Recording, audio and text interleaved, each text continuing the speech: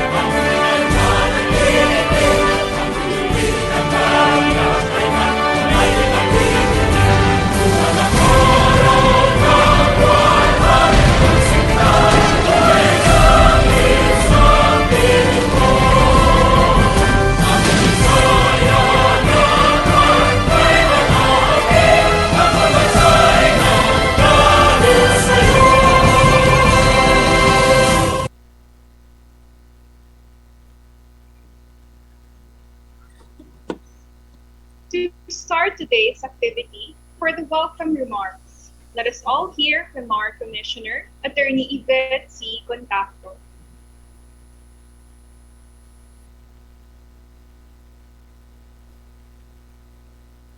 Thank you, Attorney Nikki.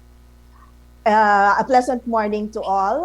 Before I start, I wish to acknowledge our distinguished guests for this morning's activity. We start from the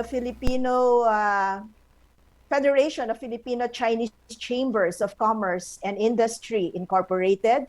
We have Dr. Henry Lim Bonleong, President, Dr. Fernando Gan, Secretary General, Mr. Victor Lim and Cecilio Pedro, Vice Presidents, Mr. Nelson Guevara, Chairman of the External Affairs Committee, officers of the National Press Club, led by its President, Mr. Paul Gutierrez, Maria Cristina Maralit, Vice President, Lydia Bueno, Secretary, Minda Navarro, Treasurer, Leonela Bazola, Auditor, Rolando Gonzalo, Ex-Officio Officer, Directors Joe Torres, Jean Fernando, Jeannie Lacorte, June Mendoza, Alvin Murcia,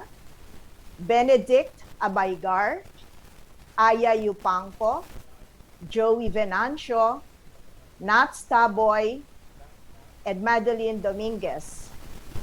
Also joining with us this morning are Commander Christine Bagaan Asis, Chief Legal Officer, Philippine Coast Guard, Attorney Edeline Crisel Ventura from the Department of Justice, from the Department of Social Welfare and Development, Undersecretary Benjo Santos Benavides, from the Presidential Advisor for Religious Affairs, Directors Ferdy Malabed, Mr. Woodrow Sabino Canela and Jericho Labonete.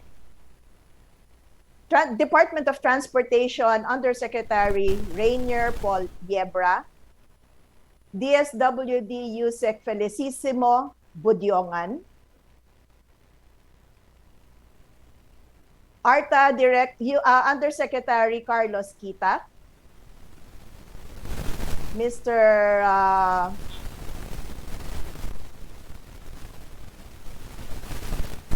BOOC, Bureau of Customs Assistant Commissioner Jet Maronilla, Colonel Felicien Jags of the AFP, Office of Ethical Standard and Public Accountability, DHSUD Yusek Marilyn Pintor.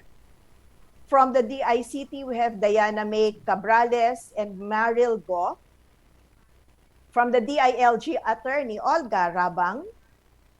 From the Department of Energy, Mr. Clay Rivera. From the Department of Labor and Employment, Benjo Santos Benavides. DOST Assistant Secretary Diane Ignacio. From the Department of Tourism, Ismael Obispo and Christine Desolong. DPWH ASEC MJ Versosa. Also with us, from the LTFRB, Attorney Ralph Idrin Baguio, LTO Assistant Secretary Edgar Galvante, NBI, Attorney Erickson Don Mercedes,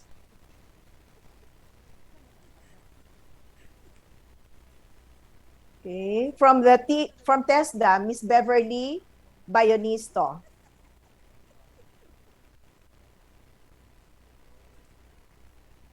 With us, of course, is our dynamic and indefatigable PACC Chairman Greco Belhica, our PACC Executive Director, Attorney Fortunato Guerrero, from the PACC Internal Resource Management Office, Admiral Amable Tolentino, and our PACC Directors.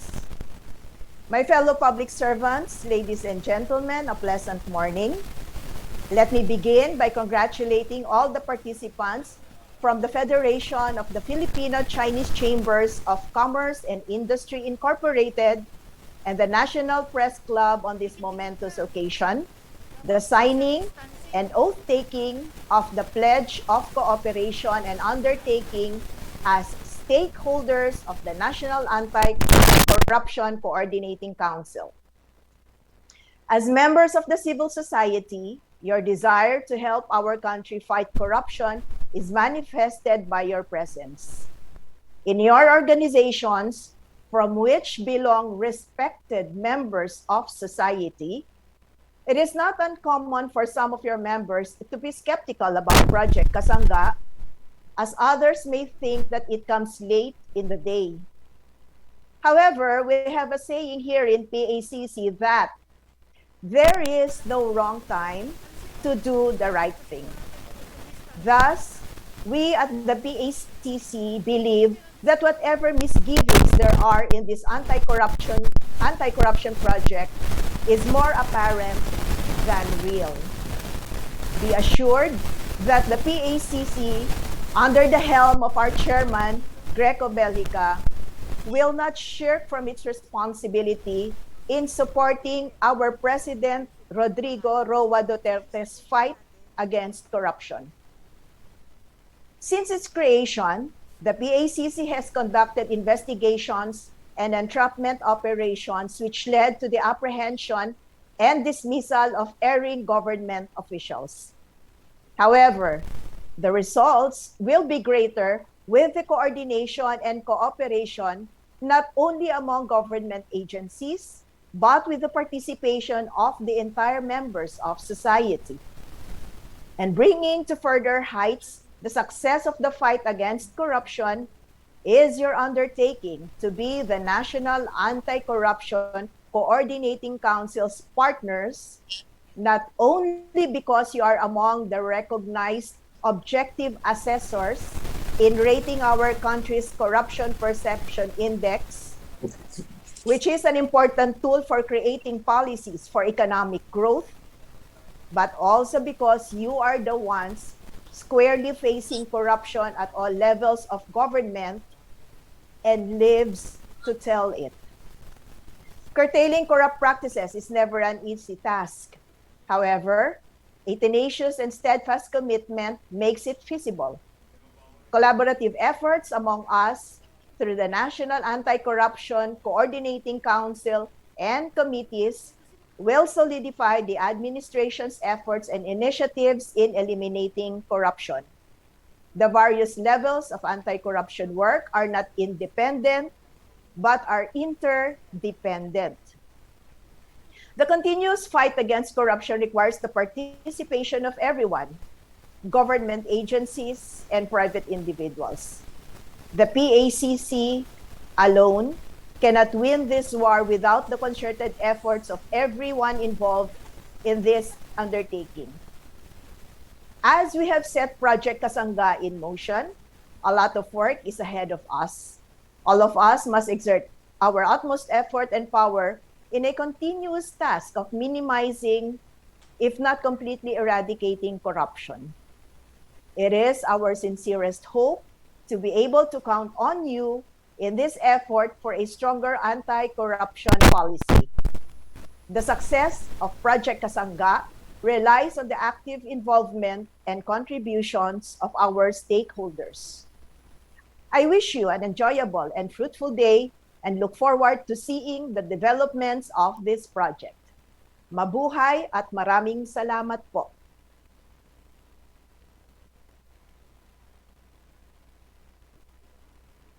Thank you very much po for the warm welcome, Commissioner Yvette. I believe ED Doy has also arrived. Due recognition to ED Doy as well from ARTA. Okay, Project Kasangga, Aksyon, Laban sa Korapsyon, and the National Anti-Corruption Coordinating Council was recently launched with our partner agencies in government. Today, it is dedicated to our stakeholders from the private sector. For a brief introduction, we have prepared a short video presentation.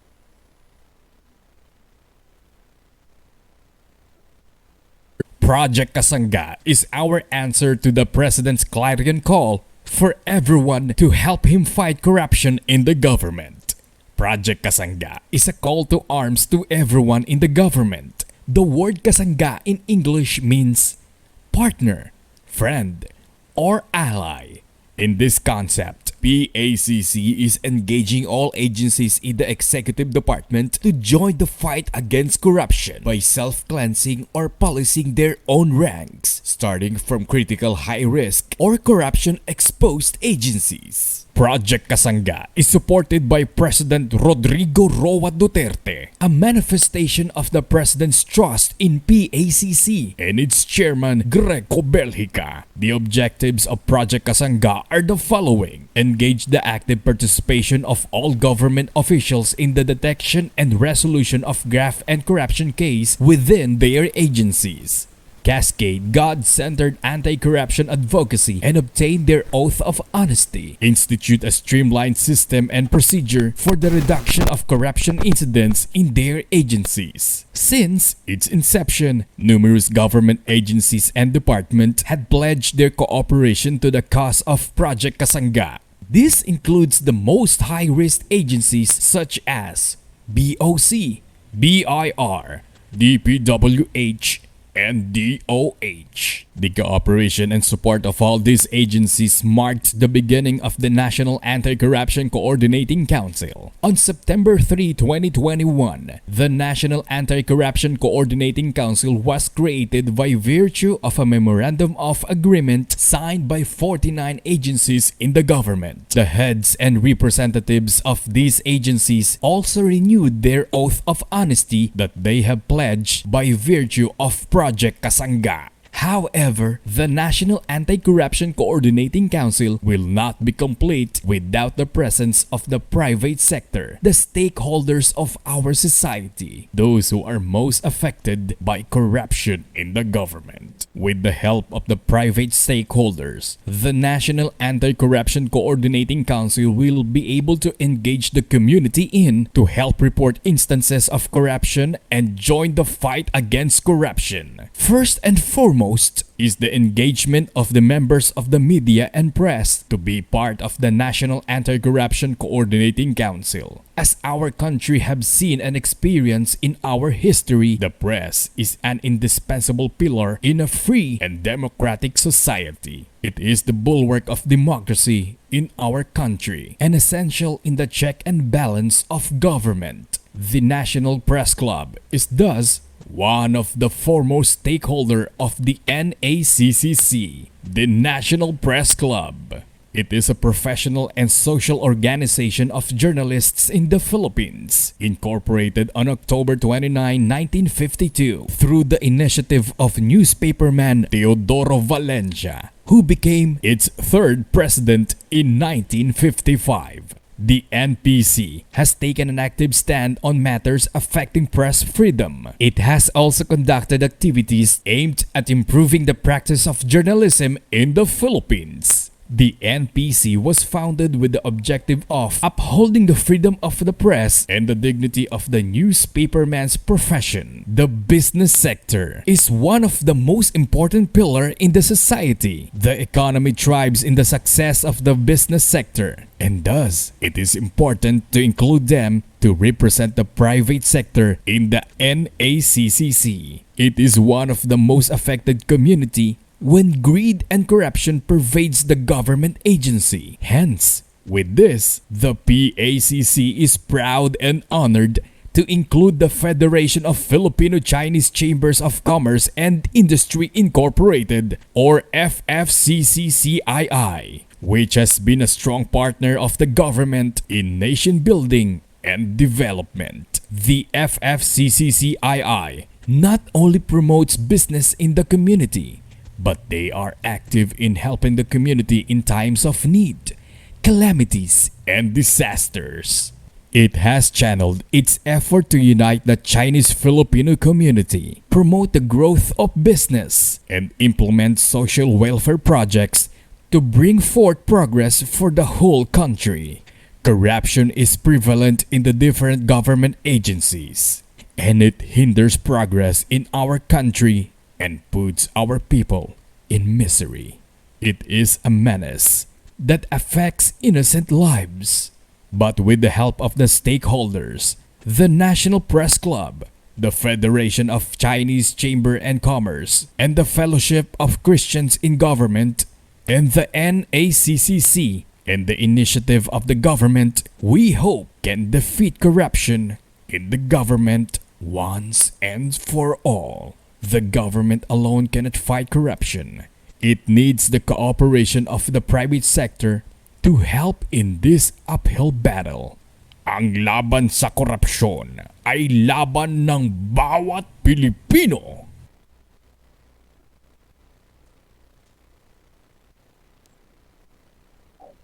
Alright, we also acknowledge the presence of our attendees from the LTO, Director MJ Lanes, from ARTA, Ms. Shirlene Flores Buwan, from DOEA, Ms. Julianne Aguila, from the Bureau of Immigration, Ms. Zaira Male, and the Taguig TSC Chairman Freddy. Alright? This event would not be complete without the Grand Architect himself.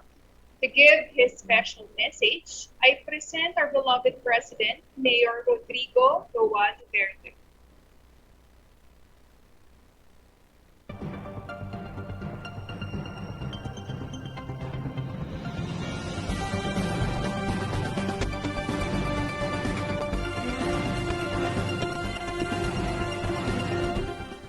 I joined the Presidential Anti-Corruption Commission as you spearhead the whole of government call to action sa Kasangga Aksyon Laban sa Korapsyon. Our fight against corruption will allow us to serve the public with utmost excellence and integrity, as well as regain the trust and faith of our people in our institutions. Let us work together to fully realize our dream of a corruption-free Philippines. Maraming salamat sa inyong lahat.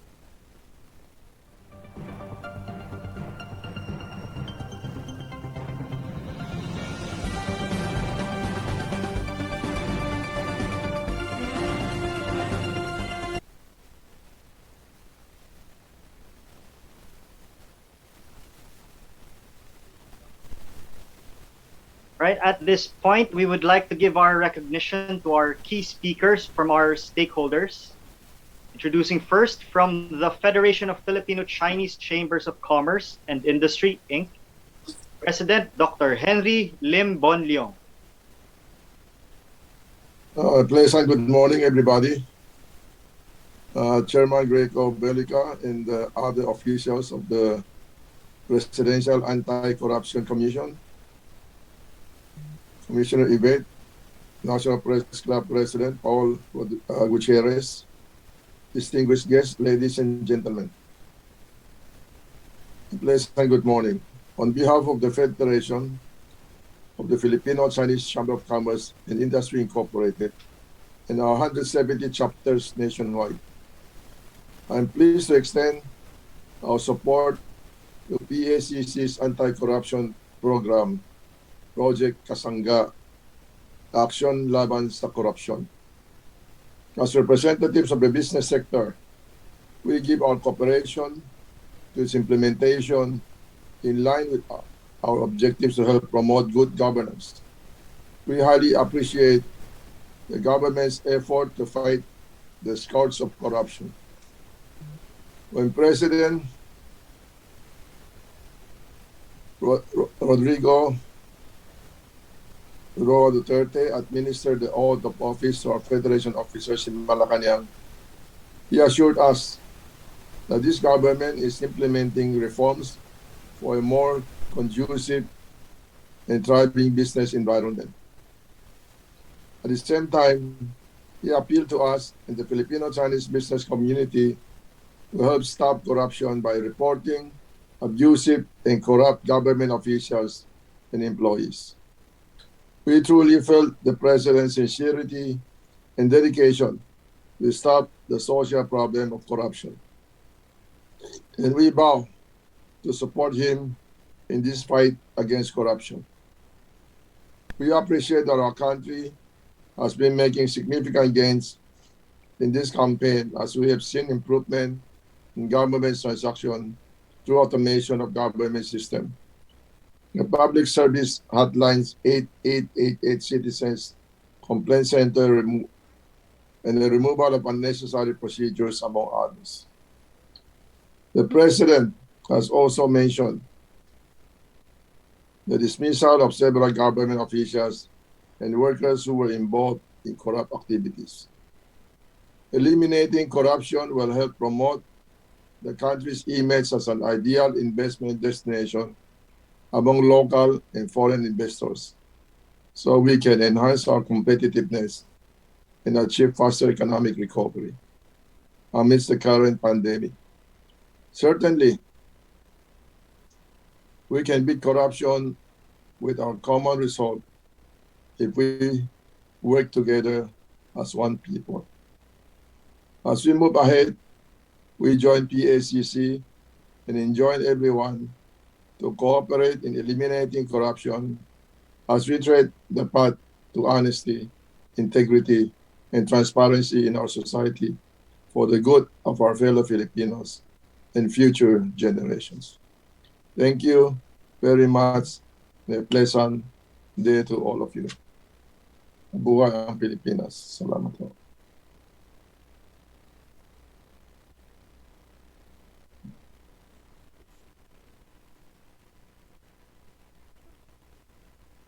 Thank you, Dr. Lim.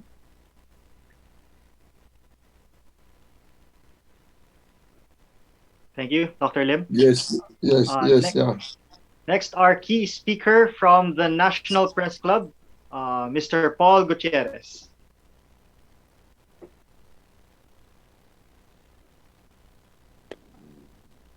Thank you, and good morning, everyone, to our private sector partner dito sa project Kasangga, Aksyon Laban sa Korapsyon ng Presidential Anti-Corruption Commission.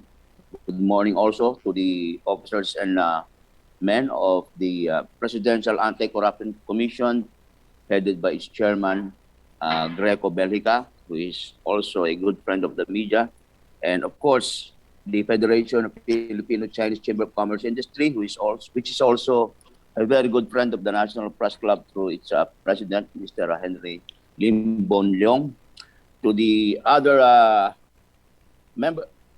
government agencies which are present here through their respective representatives. I saw BOC Assistant Commissioner and Spokesperson Tony Jet Maronilla, who is also a friend of the National Press Club. Nakita ko rin yung aking dating profesor at kinocover sa militar, si General Carlos Kita.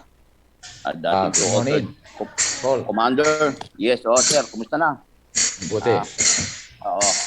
At ngayon pala nandiyan na siya sa ARTA. It's great to know that this kind of people are now in government. And as for our message, on behalf of the officers and members of the National Press Club of the Philippines, one of the country's oldest but biggest organization of active members of the Philippine media, may I express our appreciation for being invited by the Presidential Anti-Corruption Commission to join its national campaign against graft and corruption in government through the PACC's Project Kasangga, Aksyon Laban sa Korapsyon. For us, this invitation is also a reflection of the success of the NPC leadership, the NPC leadership has made in the past few years in weeding out the undesirables and the fake members of the press in the club's roster of membership. The success of this effort is now reflected in the recognition being accorded by both the government and those in the private sector to the NPC as a media organization that deserves respect and which truly represents the interest of the country's working journalists. If there are lessons to be learned in the fight for good governance and transparency in leadership, they would be perseverance, consistency, and vigilance in upholding the rule of law and of what is good for the greater number and of what is good for the greater number. In other words, self-interest must always come last. As we welcome this invitation, rest assured that the NPC and its affiliate organizations, we have about more than 20 affiliate organizations spread all over the country, shall stand side by side with the PACC in exposing and preventing any instance of graft and corruption in government, despite the risk this entailed. Let the campaign begin. Mabuhay ang PACC, mabuhay ang NPC, at mabuhay ang Pilipinas. Again, we thank our speakers, Dr. Lin and Mr. Gutierrez. To give us a short message, I now give the floor to our chairman, Greco P. Belgica. Magandang araw po sa inyong lahat.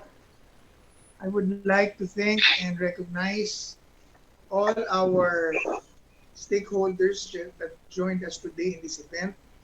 I hope that you are well at maraming salamat po sa inyo. A few months ago, our president delivered a speech in which he said that he will dedicate the remaining term of his term in fighting corruption and bureaucratic red tape.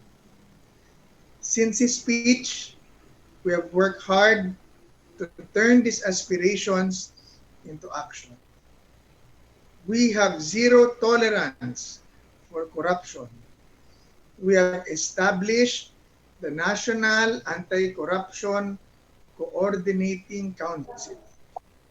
We are influencing government and the private sector to join the fight against corruption led by the President. This is the reason why we are all here today. The role of the private sector in corruption is at times contradictory. As one anti-corruption expert put it, the private sector cannot be generally treated either as a victim of corruption or as a perpetrator. It can be one or the other or both, depending on sectors and countries. The private sector is often a victim of some type of corruption and is often vocal against it. And at other times, it is the primary beneficiary and drives corruption through links with bureaucrats and politicians. We in PACC, however, believe that the health of the private sector are crucial to reducing corruption, as they may serve as valuable partners in implementing anti-corruption measures. Thus, a closer communication should be reinforced between government and its stakeholders to ensure that the latter's involvement in our efforts against corruption, as most of our problem with corruption require the active engagement of multiple stakeholders. The private sector has an important role to play in promoting and implementing the anti-corruption programs of the government in addressing our problems with corruption. By strategically joining forces with the private sector, we can bolster the administration's anti-corruption efforts and effectively implement strategies to substantially suppress corruption. The matters that will be agreed upon today are big steps upon steps forward in achieving that goal. We are grateful to all of you who have demonstrated your unparalleled support in this fight. This partnership will develop and strengthen the collaboration between government and private sector in curbing corruption by fostering a culture of integrity, honesty, and raising public awareness about corruption and its ill effects, including through the education and dissemination of good principles in schools and university. To our citizens and friends from the public sector, let us set aside our differences and work in solidarity to weaken the culture of corruption and impunity. A true citizen's integrity and sense of accountability are very much needed in these trying times. I am confident that our activity today will demonstrate the solemn commitment of this administration's fight against corruption. Magtatayo po tayo ng mga anti-corruption committees sa bawat ahensya ng gobyerno at level ng birokrasya para kung saan ang ating mga stakeholders ay makakasali at makakasama sa pagpuna, pag-expose, paglatag ng mga estratehiya, pagpapahuli, at pagpapabuti ng mga sistema para pigilan ang korupsyon. Yan po ang aming imbitasyon sa ating mga stakeholders today.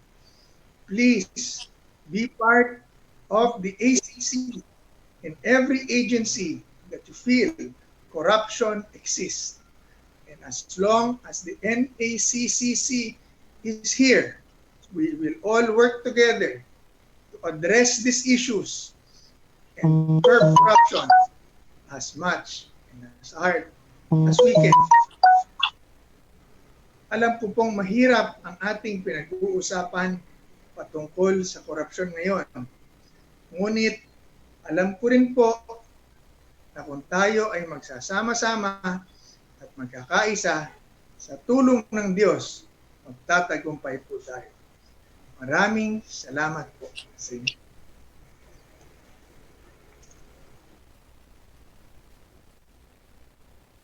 Thank you very much, Chairman. We also acknowledge the presence of Clifton Medina from the Bureau of Immigration. Now we have arrived at the highlight of our program. At this juncture, we will have the actual signing and oath-taking of the Pledge of Cooperation and undertaking as stakeholders of the National Anti-Corruption Coordinating Council to be led by our Chairman, Greco Dalica. For the oath-taking, may we request our stakeholders to please stand up and to raise your right hand.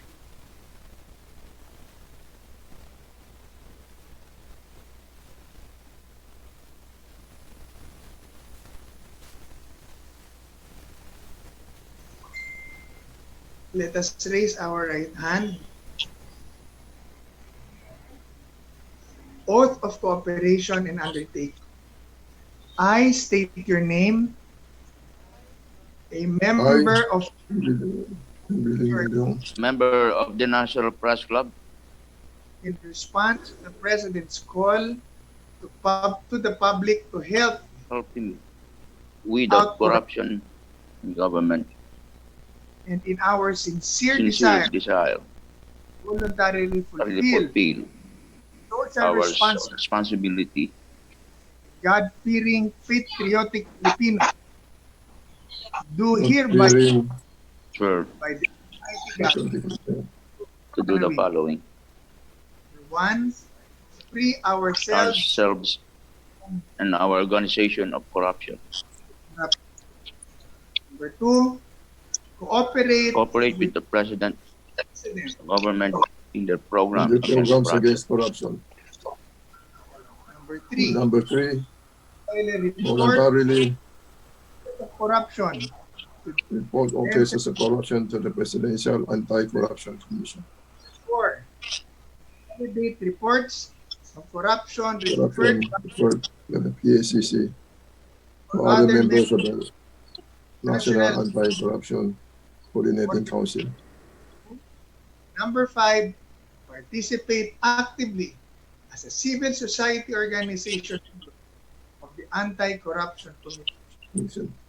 I That I voluntarily and wholeheartedly without mental reservation myself to this oath without mental reservation or purpose of evasion.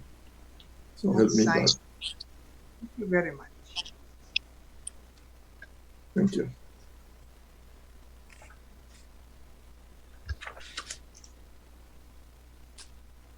All right. At this point of the program, we respectfully request all participants to keep your cameras open and prepare your respective copies and your signing pens for the simultaneous signing of the manifestos in order to show the whole of nation's sincere intention to fight corruption in government.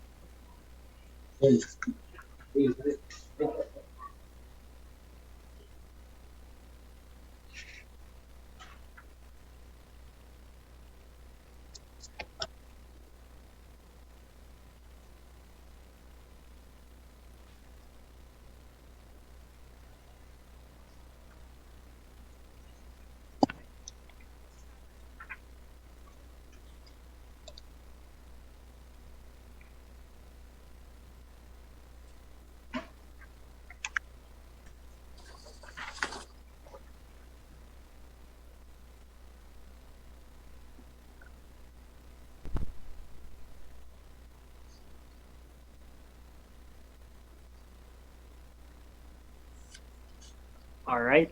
Thank you very much. Right, let us give each other a round of applause. It is done.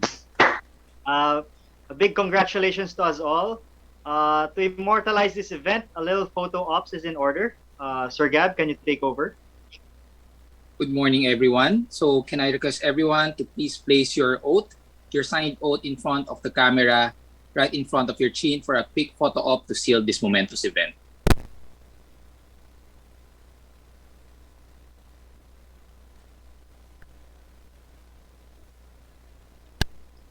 Thank you very much. Attorney Jax, I give the floor back to you. All right, thank you. Yes. I turn you over to my co-host, Attorney Nikki. All right, thank you, Jax. And now we move on to the second part of our program, the press briefing. A quick question and answer segment with our stakeholders, our chairman, and our friends from the media. We have Mr. Manny Balbin of Ronda Balita, Mr. Teofel Santos of PSO TV, Mr. Ramon Efren Lazaro of the Philippine Star, Ms. Ann Evangelista of Hero TV, Mr. Angelito Siakto of Tugon Balita, Mr. Michael Pido of Punto Central Luzon, Mr. Mon de la Cruz of Bulacan Insight, and Mr. Erwin Bunag of GMA News. So for the first question, our first question is from Mike Pido of Punto Central Luzon, directed to Chairman Delvica and Mr. Paul Gutierrez of the National Press Club. Paano makatutulong ang media sa kampanya ng PACC kontra korupsyon? So we first have our chairman. Mr. Chair, you have the floor, sir. Malaki po ang may tutulong ng media dahil ang media po ay bangko ng impormasyon sa lahat ng mga ahensya ng gobyerno at sa buong Pilipinas. Ang NACCC at ang ating pong National Anti-Corruption Coordinating Council ay binuo po para magkaroon ng opisyal na makasama sa isang konseho ang media at ang ibang mga stakeholders para makapagbigay ng mga impormasyon na kanila nakukuha laban sa mga tao, sa mga gawain na may kailangan sa korupsyon o illegal para ito po ay ma-address kaagad ng mga ahensya. Ang impormasyon po kasi dalawa. Isang totoo at isa po chismis. But both in corruption has to be addressed. If this is kung ito po ay isang chismis, kailangan i-address para mapakita ang katotohanan. Kung ito po ay totoo, kailangan makasuhan, ma-operate, mapatigil, mahuli, at magawa ng aksyon at legal na aksyon. Both informations affect the state of corruption, the mental, the thoughts that govern our society, which affects businesses, affects our daily lives. So, sa ganyan pong paraan, namin hihingi ng tulong ng ating mga kasamahan sa media by giving us information so that government can address yung mga issues na yan. At kung totoo man yan, mapanagot ko sino dapat mapanagot. Maraming salamat po. Thank you, Chairman. Mr. Paul Gutierrez, for the same question, sir.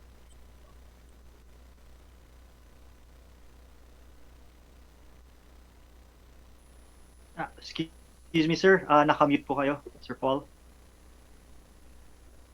Yeah, sorry. Yeah. Thank you. Sa mga good morning sa mga kasamahan namin dyan sa Bulacan Press Club at saka sa Central Luzon Media Association. Thank you for joining us dito sa historic na partisipasyon ng media dito sa kampanya ng pamahalaan natin laban sa katiwalian. Pagpapatunay nga lang, ulitin ko na yung mga ginawa nating reforma sa National Press Club ay kinikilala na ngayon. Now, for the question, paano tayo makakatulong sa gobyerno? Tayo naman kasi, lagi tayong nasa labas. Marami nga tayo, as Chairman Belica said, marami tayong nakakalap na impormasyon. Ang pakiusap ko lang sa ating mga kasamahan, lalo na ngayong palapit na ang halalan, maging maingat tayo at i-exercise natin ang professionalismo sa pagkalap ng mga chismis o bali-balita na may kinalaman sa katiwalian. No? I will also, may I request the PAC mas maganda roon tayo ng mga webinars, no? On paano natin ang media at ang PACC ay magtutulungan sa kampanyang ito, no? Para rin ma-enlighten yung ating mga kasamahan lalo na sa probinsya, no? As Chairman Belica said, ay siguro ang panimulang step natin dito, magkakaroon niya ng mga anti-corruption committees in all levels of the bureaucracy. Siguro magandang may tanong natin yan sa ating mga LGUs. Meron na ba silang binuo na mga anti-corruption committees in their respective areas, no? At kung wala pa, ma-report natin ito. You can do that by notifying the press club, kami naman in turn, or siguro diretso na kay Chairman Belica para siguro ma-heads up nila yung mga LGUs, mga departamento sa inyong lokalidad na magbuhos na sila ng kanilang sariling ACC dahil kailangan na ito sa ngayon. So, maging maingat nga lang din tayo kasi nga palapit ang eleksyon, maraming kakalat na chismis. Iwasan natin na magamit ang media bilang instrumento sa mangyayari at nangyayaring bangayan ng mga naglalabang politiko, particular ngayong eleksyon. Isa pa nga pala yan, may I also inform you, merong ding bukod na kampanya ang National Press Club at ang Presidential Task Force on Media Security kung saan nakaupo rin tayo dyan. At tungkol nga dito, dahil napapansin natin yan, especially palapit ang halalan, tumataas ang insidente ng media killing dahil naglipan na yung mga house-show. No? I would encourage everyone, lahat tayo bilang media, supposed to be nandun tayo sa gitna. Medyo tigilan na natin yung asal na luma na kung saan tayo nakikinabang, doon tayo kumakampi. No? Let's be as objective and as professional as possible. Kasi at the end of the day, pag bira tayo ng bira sa isang opisyal, lalo na walang batayan, nagpapagamit tayo sa mga politiko, alam naman ninyong kapalit niyan. It's either makasuhan kayo ng padalang kayo na sabpina dahil meron kayong libel case o padadalang kayo ng hitman. So mamili tayo diyan, di ba? And we can only avoid that by being consistent sa ating trabaho bilang mga mamamahayag. It's true. Tayo ang one of the most exploited. Siguro karanggo natin dito yung mga urban poor. We are one of the most exploited sectors in our society, ang media. Hirap na hirap tayo, lalo na ngayong pandemya. But pinili natin, mga kapatid, ang trabaho ito, di ba? And everything that it entails. Yung wala kang pera, di ba? At saka yung banta sa buhay mo. Pinili natin ito. Nobody obliges us to become a journalist. Di ba? Profession ito, advokasya ito, dedikasyon ito, para sa ating lahat. So, we have to bear the consequences of the profession that we have chosen. So, paano makakatulong? Again, ulitin ko siguro, you can start inquiring in your localities. Meron na ba kayong anti-corruption committees? Kasi mandato yan ngayon. Lahat ng ahensya ng gobyerno ay magtatag ng ganyang mga committee. We can help the PACC in that regard na mapabilis ang proseso ng paglalagay ng mga ACC lalo na sa mga lokalidad. Paano makakatulong ang media? Bago tayo padala ng sumbong sa sa National Press Club or sa PACC mismo, i-validate muna natin, mga kapatid, di ba? Iwasan na natin yung dahil narinig lang natin o kumalat sa Facebook, nag-viral, totoo na, di ba? Hindi yon ang tamang paraan ng pagkuha ng impormasyon. At again, paano makakatulong ang media, makakatulong sa inyo National Press Club, I am requesting the PACC that we, in the coming days, we launch a seminar on how best to address, on how best to improve yung ating relasyon, ang relasyon ng media at ng PACC. Salamat.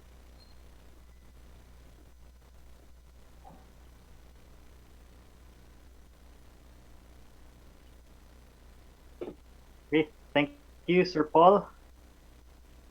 For the second question, we have here from Mon de la Cruz of Bulacan Insight. Directed to Chairman Greco, paano ang koordinasyon sa inyong tanggapan kung may mga sumbong ng katiwalian na ilalapit sa media?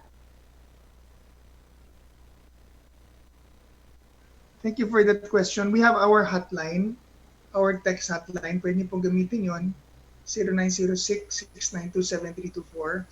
You can also go through our Facebook sa PAC. Hanapin nila po PAC. You can also go through 8888. Padadala po nila sa amin yan. And you can also go through email sa complaints@pacc.gov.ph. Or you can go to the office po. Ganun po ang coordination. Susugan po lang, tama yung sinasabi ni Sir Paul kanina po, na after this, ang isang malaking trabaho na kailangan natin gawin ay yung mai-organize na at maitulak yung mga ACCs sa lahat ng ahensya ng gobyerno at birokrasya, dahil dun po magsisimula yung ano ang gagawin. Magsiset na po ng agenda yan, mag-hold na po ng meeting yan, and then the ACC can be a stronghold and a bulwark of the right informations. Dahil na kumakalat or na gustong i-confirm within the area, even kahit po sa national level, dahil nandun ng tamang informasyon. Yun lamang po, maraming po salamat. Thank you po. Chairman, may follow-up question po. Hindi ba makokompromiso ang aming trabaho bilang mamamahayag at paano ang aming seguridad? Ang trabaho po ng ACCs at ng mamahayag completely gels together dahil we're all after the truth. So whether this is a information that need to be validated, then we need to find out so we can come out with the truth. So hindi po, ang pinag-usapan po natin is the truth. Number two, you can give your information without giving your names. Importante, pag nandyan po ang ACC, pag meron po kayo nakuha ang mga informasyon, may dadala nyo po doon at mababalidate ang mga informations. Ang security po is a very hard question. We are all subject to all kinds of hazards. Pero ito pong ating ginagawa ngayon ay pag-ibig sa bayan. We do this because we want a better nation, a better country, no corruption, masensong bayan. Kaya po talaga ibinubuwis natin ating buhay, ating lakas, para po sa dakilang gawain ito. So, of course, mag-iingat tayo. Ang mga tao naman, I'm sure, hindi nagagalit kung hindi natin pararatangan ng mga kasiraan na hindi naman totoo. Na magagalit lang yan pag binibigyan mo ng mga sinisira mo ang kanilang pangalan ng walang formal na proseso. But just the same po, kaya nga nang sinabi ko sa inyo, huwag tayong matakot, sama-sama tayo, dahil kung magkakasama tayo, ang Diyos na po ang mag-iingat sa atin at sa ating mga, at magre-reward sa ating ginagawang trabaho po. Maraming salamat. Thank you, Chairman. If I may, pwede ko ba ang dagdagan yung sinabi ni Chairman? Yes, sir. You have the floor.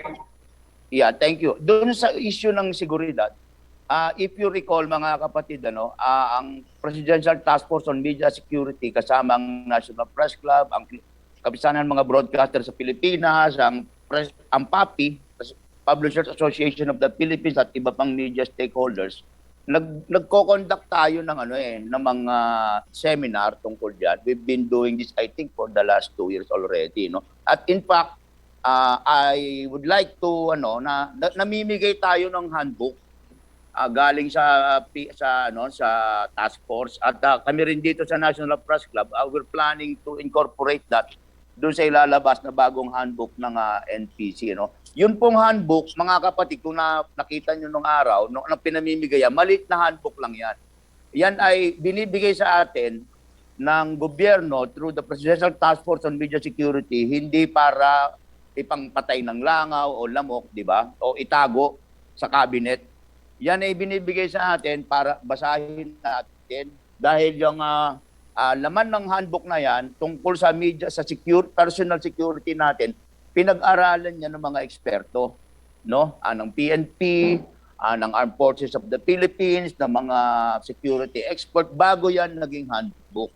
So, in terms of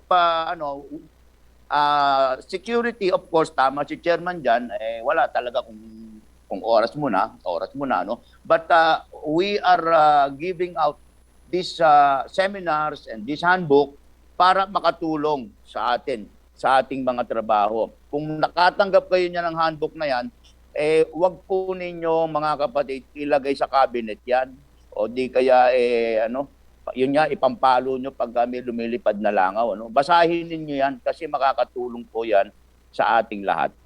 Yun lang. Sorry, dadagdag lang ako, no. Also part of the ACCs natin, yung ating mga kapulisan at kasundaluhan. So any threat na mga ganyan po na inyo matatanggap, ma-address nyo din po yan through the ACCs locally and nationally. So that is also the beauty of the ACC. Dahil pagka meron tayong mga kunyari kaso na inilabas, then threat comes in, kasama po dun sa ACC yung mga kapulisan, kasundaluhan natin, media, so that they can conduct their own operations, surveillances, validation para po sa issues and security. Yun lamang po. Salamat po.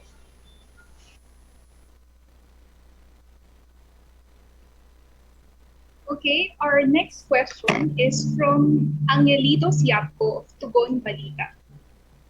Karamihan ng kinokomento sa social media na bakit ngayon lang nilulunsad ng PACC ang ganitong mga programa. Magiging epektibo pa ba ito sa nalalabing panahon ng administrasyon? Opo, I was appointed chairman of the PACC March 15. So, kaya po pag-upo ko, nilatag na po natin ang programang ito to, combat corruption. In the 2 or 3 years in operation ng PACC po, limitado po ang kapangyarihan namin. Ang kapangyarihan namin ay nandun lamang sa presidential appointees at investigation at recommendation sa ating Pangulo ng mga gagawin. Diyan po nakikita ninyo yung mga tinatanggal niya sa TV. Karamihan, or marami po ron bunga ng trabaho namin.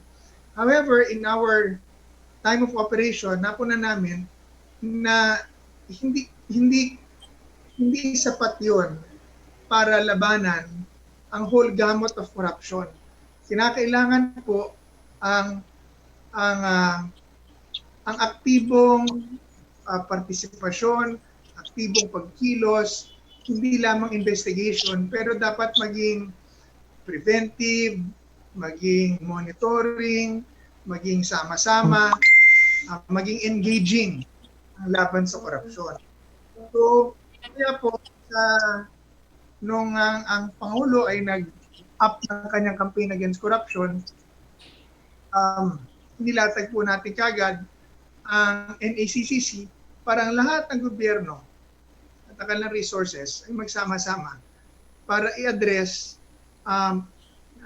yung actively instead of reactively ang corruption. And that's why the media and the stakeholders are here because yung thoughts that govern also affects the state of corruption. Minsan wala naman, pero dahil yun ang mga pinag-uusapan, sasabihin meron.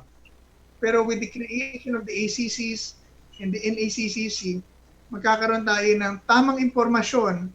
Therefore, with the right information, we will not only be more informed, more stronger, but we will be more secured sa ating pong pagkilos sa araw-araw. And a lot of government offices are victims of fake newses. And also, a lot of stakeholders are victims of false news. Kaya napupunta sa fixer dahil akala ganyan ang kalakaran, hindi mga wala totoo. So, with the ACCs, isa-isa ho ma-address yan. As it comes up, in every level, ma-address po nila yan isa-isa. And then the NACCC will be able to develop a concrete national anti-corruption plan that our country has not really had ever since. So, yan na po ang susunod na mga steps na atin pong gagawin sa ating kampanya. Salamat po.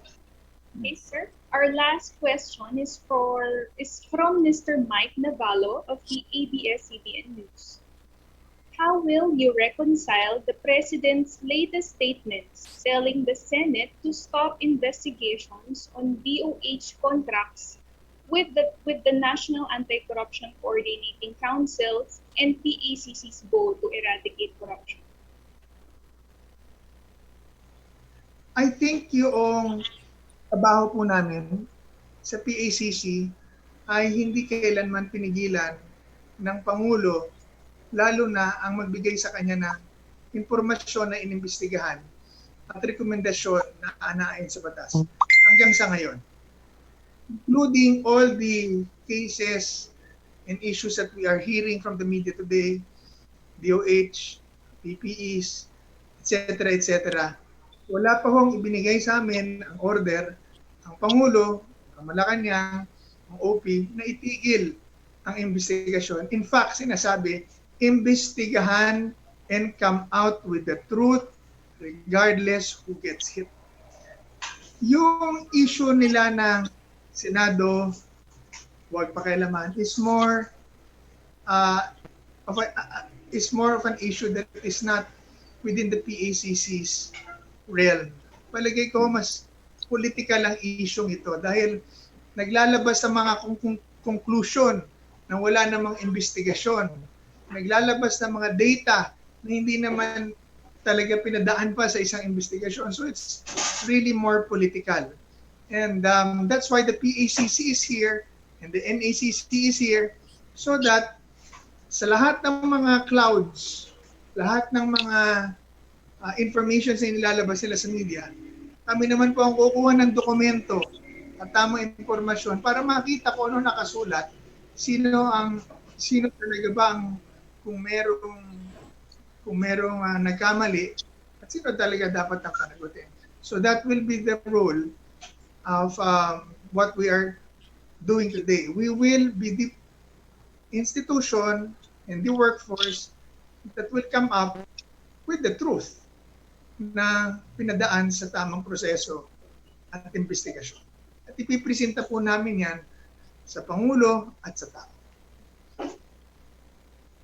Right. Thank you, Chair. There be no other questions. I turn it back to my co-host, Attorney Jax. Thank you, Attorney Nikki. All right, and with that, we will be concluding today's event. Thank you again to everyone who made this event possible. Our chairman, commissioners, of course, our beloved stakeholders, our friends in the media, and to all those in attendance today, thank you, everyone. Please keep safe and have a great day ahead. Thank you. Our pleasure. Thank you. Thank you, sir. Thank you very much, everyone. Thank you, everyone. Thank you po. Thank you po. Ingat po. Thank you everyone and get well soon, Chairman Deliga. Thank you po, Chairman. Good day. Thank you very much. Thank you. Hello, Eric. ACC. Hello. Thank you very Yes, much. Chairman. Morning. Buhay po Ano ba tayo talaga lahat. to si, ano, si God bless us all. Veles? Ano to, magre-retire or what? Thank you very much. Nice to Marlon, see you up, Chairman. You look good. Bawal tumayo. Upper body. I-clear ko lang po yung room. Thank you. Thank you very much, everyone. ACC, stay muna. Jet, thank you, pare.